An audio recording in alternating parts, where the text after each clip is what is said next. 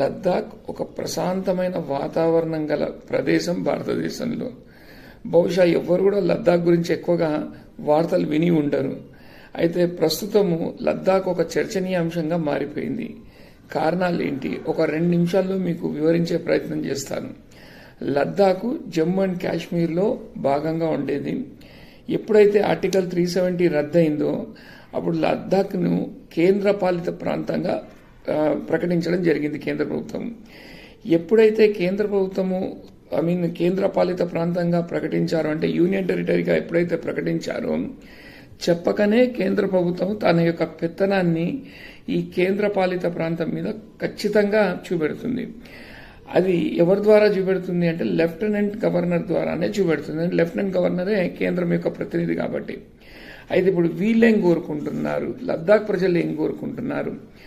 లద్దాఖ్లో ఉన్న వాళ్ళు దాదాపు 97% ఆఫ్ ద పాపులేషన్, 97% జనాభా ట్రైబల్ సంబంధించిన వాళ్ళే ఉన్నారు.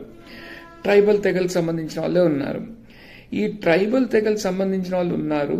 రెండవది, వీళ్ళు ఈ యొక్క లద్దాఖ్ ప్రాంతాన్ని రాజ్యాంగంలోని 6వ షెడ్యూల్లో చేర్చమని చెప్తున్నారు. లద్దాఖ్ ప్రాంతాన్ని ఎందుకు లద్దాఖ్ ప్రాంతాన్ని అడుగుతున్నారు అంటే, ఎందుకంటే north eastern states Manipur, Mizoram, Meghalaya, Nagaland ఇవన్నీ కూడా రాజ్యాంగంలోని 6th షెడ్యూల్లో చేర్చబడ్డారు. ఎందుకు?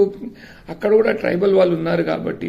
సో ఇక్కడ కూడా ట్రైబల్ వాళ్ళు ఉన్నారు కాబట్టి ఈ యొక్క ప్రాంతాన్ని కూడా చేర్చమని చెప్తే కేంద్ర ప్రభుత్వం మాత్రము సుముఖత చూపెట్టడం లేదు. దానికి మేము చేర్చమనే కనబడుతుంది.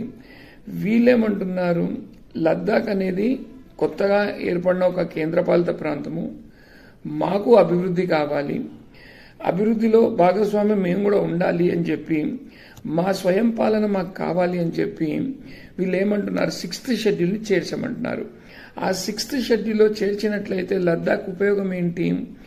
లద్దాఖ్కి లా మేకింగ్ అంటే శాసన నిర్మాణ అధికారాలు, రెండవది ఆర్థిక అధికారాలు స్థానికంగా దొరుకుతుంది లద్దాఖ్కి.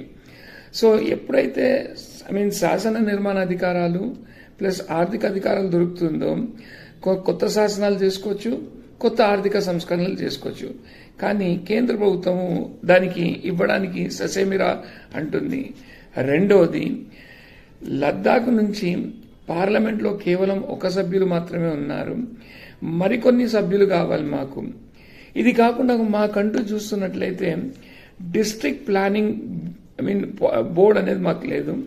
మాకు డిస్ట్రిక్ట్ ప్లానింగ్ బోర్డు ఇచ్చినట్లయితే మా యొక్క ప్రాంతాన్ని మేమే అభివృద్ధి చేసుకుంటామని చెప్పి వాళ్ళు చాలా శాంతియుతంగా నిరసన చేస్తున్నప్పటికీ కూడా ప్రభుత్వము ససేమిరా ఉంటుంది. అయితే ఒక 4-5 రోజుల క్రితం మనం చూస్తున్నట్లయితే ఏ రకంగా హింసాత్మక ఘటనలు అంటూ జరిగింది. ఈ యొక్క ర్యాలీలో కానివ్వండి, ఒక గవర్నమెంట్కి సంబంధించిన వ్యాన్ని తగలబెట్టిన తర్వాత ఈ యొక్క లద్దాఖ్ చాలా చాలా న్యూస్లో రావడం మొదలుపెట్టింది. అయితే వీళ్ళ డిమాండ్ మాత్రము ఒకటే, స్వయం ప్రతిపత్తి, స్వయం పాలన మాకే కావాలి, మాకంటూ ఆ శాసన నిర్మాణ అధికారం ఉండాలి, ఆర్థిక అధికారాలు ఉండాలి. కానీ కేంద్రం మాత్రము ఈ 2 అధికారాలు ఇవ్వడానికి ఒప్పుకోవడం లేదు. కారణాలు ఏంటో మరి కేంద్రమే చెప్పాలి. ఎప్పుడైతే నార్త్ ఈస్టర్న్ స్టేట్స్కి మీరు ఇచ్చినప్పుడు ధర్మంగా చూసినట్లయితే వీళ్ళకు కూడా 6th షెడ్యూల్లో చేర్చాల్సిందే. కానీ ప్రభుత్వం ఎందుకు చేర్చట్లేదో అది ప్రభుత్వానికే తెలియాలి.